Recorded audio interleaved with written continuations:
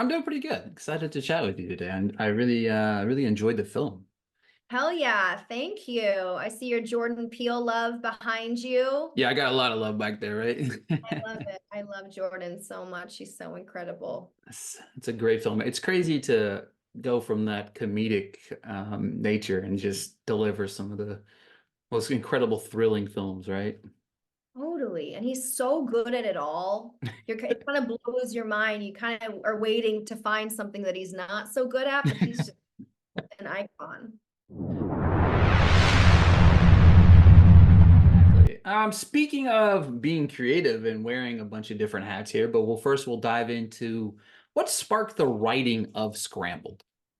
Well, I started taking notes while I was actually freezing my eggs because I felt like I was feeling constantly surprised by the whirlwind of it all, the roller coaster. I don't think that the process was what I thought it was going to be. I don't think it ended up being quite a bit more emotional and existential than I thought it was going to be. I was most worried about the injections.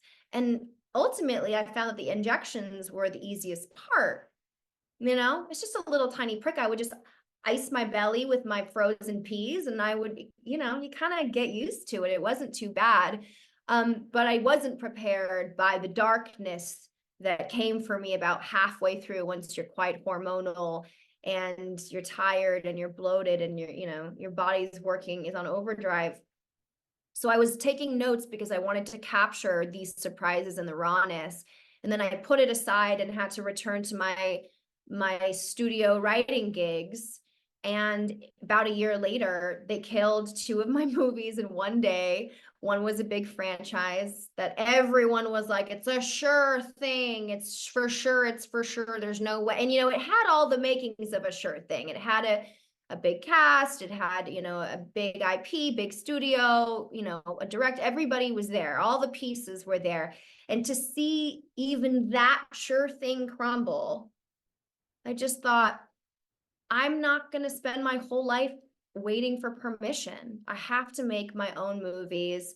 And I was kind of horrified that there wasn't a movie that existed about a single girl in her 30s freezing her eggs. I was like, this is such a unique, specific, zeitgeisty, necessary film, like why has nobody done it? So I just told my team through tears, like literally, I remember the Zoom call with my team where they were like, let's circle up and figure this out. And I just cried on my Zoom and I was like, I need you to like protect me for a month and I'm going to write the script about freezing my eggs. I have notes. I have some scenes. It's a mess. It's a jumble right now, but it's clear in my head.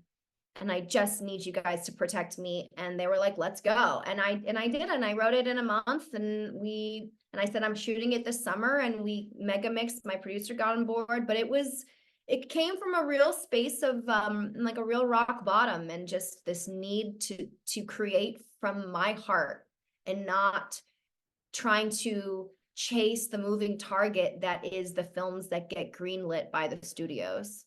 I think one of the cool things about there's this aspect of films when you're trying to be funny and also tell a serious story at the same time. It's hard sometimes to find that balance. How did you find the balance to ensure that both kind of landed with the audiences?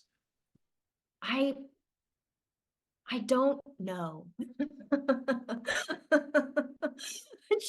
It's so funny because a lot of my career, people have told me that I'm always walking this line tonally, that it's, oh, you're combining horror with fantasy, you're combining comedy and drama, I'm always family drama and a zombie movie. So all of my films are never just straight one genre. That's just not what I do. And I think that that's not how I have experienced life.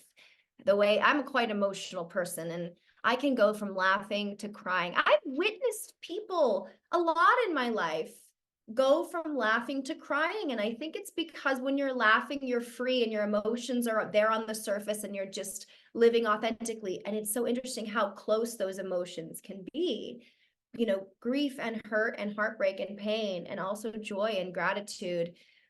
So in some ways, I just think the human experience is messy, and so is my writing. Oh, I There's loved no it. artistry to it, it's just I follow my heart and my instinct, and sometimes it works and sometimes it don't. Well, it worked perfectly here. Of course, throughout the process, you're wearing many different hats, right? Director, writer, star. Was it always the plan for it to be that universal? Was it for I'm gonna do it all? Yeah. And like I said, because it was born out of this really rough low point, I was fiercely, fiercely protective because I'd seen so many of my scripts get put on a shelf or die, and I don't own them anymore. And it was really heartbreaking for me to feel like so many years of my life had been devoted to creating this art that could not be shared with the world. Because it's not like I wrote a book. If I could self-distribute a book, but I write screenplays for a living. And if they don't make it to production, they basically mean nothing. So it was heartbreaking because I come from a filmmaking past where I would shoot my own short films and my own web series, and I would make them with my friends, and they weren't making anybody money, but at least I had something to show for my years of hard work. So when it came to Scrambled, I just said, I'm gonna star, I'm gonna direct, and it's a non-negotiable. I just cannot, I'm at this point in my life and in my career that I'm tired of bending over backwards. I want to sit in the driver's position, because if I'm going to believe in anything, I'm not going to believe in the studio system today. I'm going to believe in me. I love that. You speak about, obviously it's a passion project. You're wearing different hats. How did you deal with that personal level of that process that might have veered your mental health, kind of altered it throughout the entire process? What did you do to kind of reel yourself back in, even though, again, it's very much based on your life?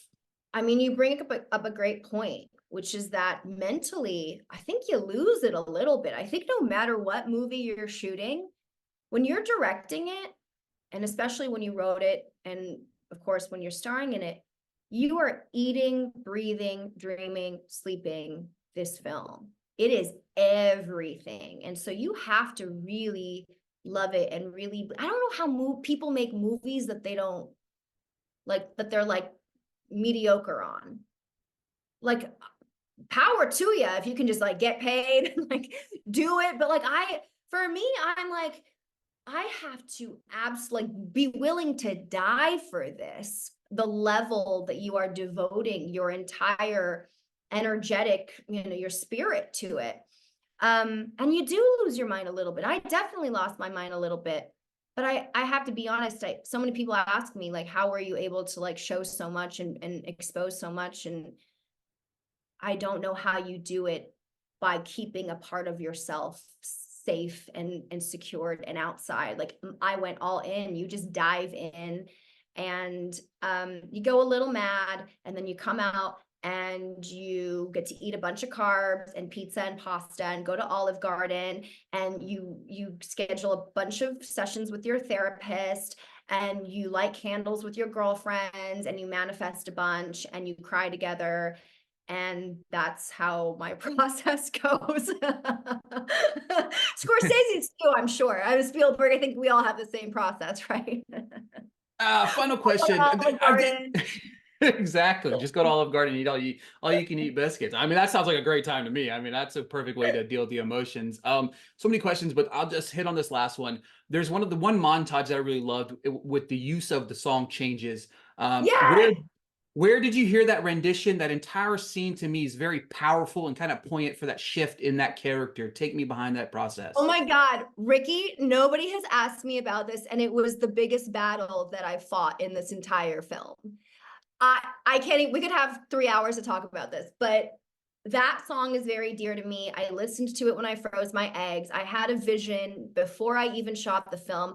I'm going to get Donna Missel, who's an artist that I absolutely adore. I did not know her. And I said, I want an all-female song list. Like, the entire soundtrack is going to be all women.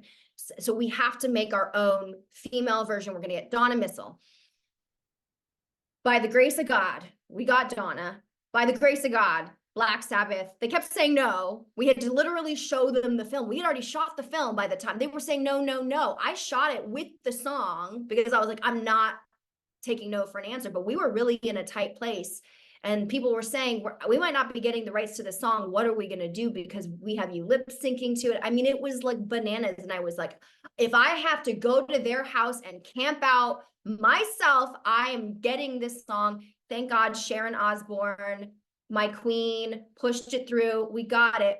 But the song is like 5.5 minutes long.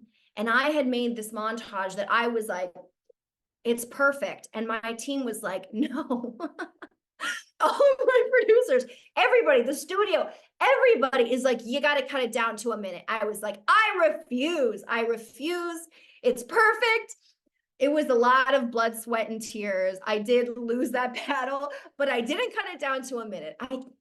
It's longer than a minute. We compromised, but I just felt so attached because it was this dark moment. And I think it really resembled what my real dark moment looked like. So I got a little precious about it, but thank you for mentioning it because but probably took a year off my life. Absolutely. I know I have to wrap up here, but yeah, it was to me, it was such a pivotal moment. I think it kind of raised I watched many films, but this one really just turned the film around in a different kind of Yeah. journey for the character that was so beautiful. And I couldn't resist talking about it. I could talk about this film for hours. Leah, thank you so much for your time today. Incredible Music to film. my ears, Ricky. Music to my ears. Should have been 5.5 minutes long, producers. Exactly. Next time, listen to the woman. It worked. Thank you so much for your time today. Thank you so much, Congratulations on a great Ricky. film. Thank you. See you Bye. soon.